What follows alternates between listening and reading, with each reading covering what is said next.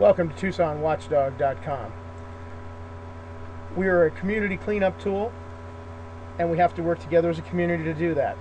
The Watchdog Show will take us down that road, and TucsonWatchdog.com will be the place to expose waste and abuse and corruption, wrongdoing, anything that can help this community get focused on being a better place. Our inspiration is what you see in the picture, the Tucson Heavy Enforcement Vehicle. We are focusing on police cars being taken home by police officers first. In a budget crunch, a time when taxpayers are getting tired of the waste and abuse and the luxuries that just shouldn't be awarded, what we need to do is we need to take pictures of every Tucson vehicle that sits in your subdivision, get a car number on it, and send them to support at TucsonWatchdog.com. What the problem is, and let me get this clear, there are people who deserve to take cars home. The K9 guys definitely need a car. They're taking care of a city animal. The inspiration for this site is Officer Brian Klinger, and he drives this truck, and he drives it right to his house. Whether it's daytime, nighttime, he steals time by going home for hours during the day while he's on duty and driving around our neighborhood patrolling a 40-year-old subdivision with no trucks in it. And also, it really came to light when he had two vehicles at home. And I tried reporting it to Internal Affairs, and they want nothing to do with you reporting a police officer doing something wrong. Now, we just can't afford to have enough vehicles that all these police officers drive them home. Bottom line, I think we need 125% or 135% of one shift of cars. I have repeatedly requested this information from Tucson Police Department.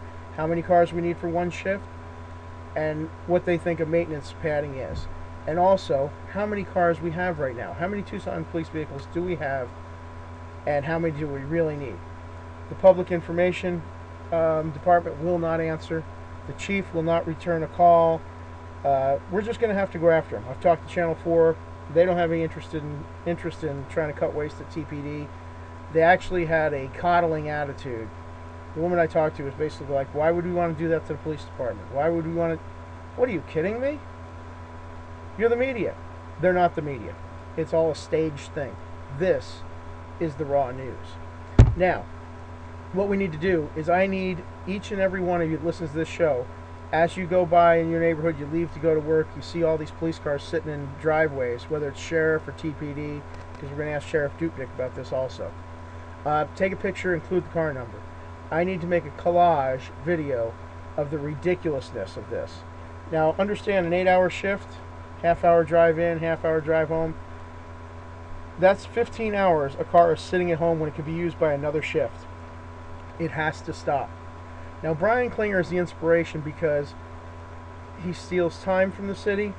I've been videoing how much he's home and what he does at home, towing personal trailers with the vehicle, during the day, in the uniform, moving thing. It's absolutely ridiculous, this guy. He had two vehicles at home. I called Internal Affairs, talked to Vicky Ruza months ago. She's no longer with Internal Affairs. But I had a personal relationship with her. I thought she would go, oh wow, there's abuse out there. Thanks for reporting it. Wrong. First thing they try and do is make you crazy. You know, oh, you're nuts. That's not happening. Well, yes it is.